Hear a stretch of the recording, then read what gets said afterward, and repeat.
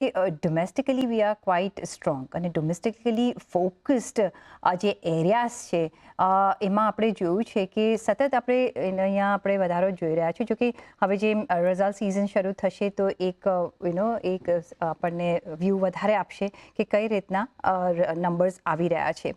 કઈ રીતના તમે આ એરિયાને જોઈ રહ્યા છો, કારણ કે જ્યાંથી જો બહારની અનસર્ટનિટી જ્યાં બહુ આના પર લાગુ નહીં પડે. બહારની અનસર્ટનિટી તમે જુઓ તો હજી બી આપણે ત્યાં સારો એવો પરફોર્મન્સ, જેમ કે બેન્કિંગ એન્ડ ફાઇનાન્શિયલ સર્વિસીસ અને બેન્કિંગમાં ખાસ કરીને એનબીએફસીસ. જનરલી એવું જોવામાં આવે છે કે ભાઈ બેંક્સનું જ્યારે ઇન્ટરેસ્ટ રેટ ઘટે અને આરબીઆઈ આટલી બધી લિક્વિડિટી નાખે તો બેંક્સની ઉપર એક જાતનું પ્રેશર આવતું હોય છે કે ભાઈ એ લોકોએ જે ફ્લોટિંગ રેટ લેન્ડિંગ કરેલું હોય એના લેન્ડિંગના તો રેટ્સ પડતા ફ્લોટિંગ રેટ એડજસ્ટ થતા કે પછી લેન્ડિંગમાં તો એડજસ્ટ થતા વાર લાગે. અને ડિપોઝિટ્સ જે છે એમાં આખું બુક બદલતા એમાં બી એમને વાર લાગે કે ભાઈ ફ્લોટિંગ રેટ આપણે લેન્ડ કરેલી હોય તો ફ્લોટિંગ રેટ પડે એટલે લોન પર આપણને જે વ્યાજ મળવાનું છે એ તો પડવા લાગે. પણ ડિપોઝિટ્સ જે છે એમાં કેટલી તમે વ્યાજ કાપો, કારણ કે બહુ વ્યાજ કાપો તો ડિપોઝિટ્સ લાવવું બી ડિફિકલ્ટ થઈ જતું હોય છે.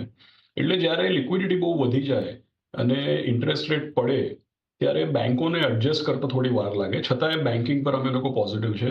પણ આ જે ડેવલપમેન્ટ છે એનાથી એનબીએફસીઝનું વધારે ફાયદો થતો હોય છે, કારણ કે લો ઇન્ટરેસ્ટ રેટ અને હાઈ લિક્વિડિટીમાં એનબીએફસીઝને ઇમિડિયેટલી ફાયદો થાય, કારણ કે એ લોકો બેંકોથી ને બીજી બધે માર્કેટથી બોરો કરતા હોય છે. એટલે એનબીએફસીઝને ઇમિડિયેટલી ફાયદો થતો હોય છે. અને કેપિટલ માર્કેટ કંપનીઝ જેમ કે એસેટ મેનેજમેન્ટ છે, ઇન્સ્યોરન્સ છે, વેલ્થ મેનેજમેન્ટ, બ્રોકિંગ. એટલે અત્યારનો જે એન્વાયરમેન્ટ છે, ઇન્ફ્લેશન કંટ્રોલમાં છે, લો ઇન્ટરેસ્ટ રેટ, હાઈ લિક્વિડિટી, એમાં ખાસ કરીને કેપિટલ માર્કેટ કંપનીઝ અને એનબીએફસીઝ એ એક જોવા જેવું છે. સેકન્ડ, તમે જુઓ તો આપણે ત્યાં અત્યારે અને આવતા થોડા સમયમાં મને એવું લાગે છે કે જે આપણે કન્ઝ્યુમર ડિસ્ક્રેશનરી કહીએ પણ એમાં હાઈ વેલ્યુ કન્ઝમ્પશન, જેમ કે travel, tourism, hotels, luxury products, beauty products, apparels, બહાર ખાવાનું, રેસ્ટોરન્ટ્સ, ડાઇનિંગ આઉટ, એ બધી ચીજો. અને થર્ડ થિંગ, જેમ કે ઇન્ડસ્ટ્રીયલ્સ કે ડોમેસ્ટિકલી જે મેન્યુફેક્ચરિંગની વાત આપણે કરીએ છીએ અને એમાં બી ઇન્ડસ્ટ્રીમાં બી જેમ કે કેપિટલ ગુડ્સની કંપનીઝ છે, જે ઇન્ડસ્ટ્રીયલ કેપેક્સને એન્સિલરી કંપનીઝ છે, મેન્યુફેક્ચરિંગ છે, એ બધામાં એટલે ટોપ 2-3 જે તમે મને કહો તો આ બધી ચીજો પર અમારા ઓવરવેટ પોર્ટફોલિયોઝમાં દેખાય છે.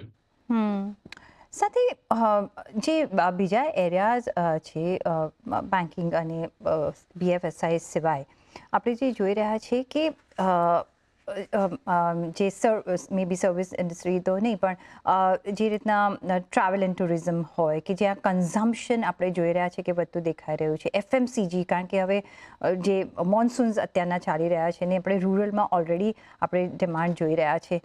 કઈ રીતના તમે આ સેગમેન્ટ જોશો? તમને શું લાગે છે કે જે કન્ઝમ્પશન ઓરિએન્ટેડ સેગમેન્ટ્સ છે, કયું વર્ટિકલ તમને ગમશે એમાં? શું તમે સ્ટેપલ્સ પર વધારે ધ્યાન રાખશો, ડિસ્ક્રિશનરી પર ધ્યાન રાખશો, અને અર્બન કન્ઝમ્પશન તમને કઈ રીતના કઈ બાજુ જતું દેખાઈ રહ્યું છે? બિકોઝ બંનેનો થોડા પાથ્સ અલગ છે, રૂરલ અને અર્બનના. નહીં, જેમ મેં કીધું, સ્ટેપલ્સ પર ઓછું ધ્યાન રહેશે અને ડિસ્ક્રેશનરી પર વધારે. કારણ કે આપણે ત્યાં અત્યારે જેવી આખું તમે જુઓ તો ટેક્સ બેનિફિટ્સ જે આપ્યા છે કે પછી ગવર્મેન્ટનું બી સ્પેન્ડિંગ તમે જુઓ કે પછી ઇકોનોમિક પરફોર્મન્સ કે પછી લો ઇન્ટરેસ્ટ રેટ, હાઈ લિક્વિડિટી, જે બી આપણે માહોલ અત્યારે જે જોઈ રહ્યા છે એમાં એવું લાગે છે કે ડિસ્ક્રેશનરી કન્ઝમ્પશન એટલે જ મેં હાઈ વેલ્યુ એક્ઝામ્પલ આપ્યા કે ભાઈ travel, tourism, beauty products, apparels, fashion, એ બધી ચીજો પર વધારે ધ્યાન આપવું જોઈએ.